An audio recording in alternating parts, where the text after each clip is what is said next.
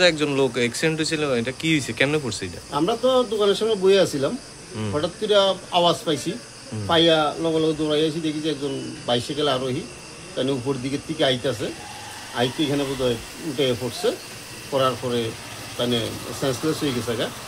এবং তাইনের বোধহয় hernia, appendix এটিও আছে, এটিও দেখা গেছে, বুঝছি আমরা। তো এখন আমরা ফায়ার সার্ভিস কল করছি, কল করে এখন লগে লগে হাসপাতালে পাঠাইছি আর কি। তাইনের নাম ঠিকানা কি? না, এখনো কিছু পাইছি না, এবং আমরা এটা আনসিন লোক, আমরা চিনি না হেরে। আচ্ছা, ঘটনাটা কোন জায়গা হয়েছে? এটা পুরান হাসপাতাল রোড, শনি মন্দিরের সামনে। আচ্ছা, আপনার নামটা?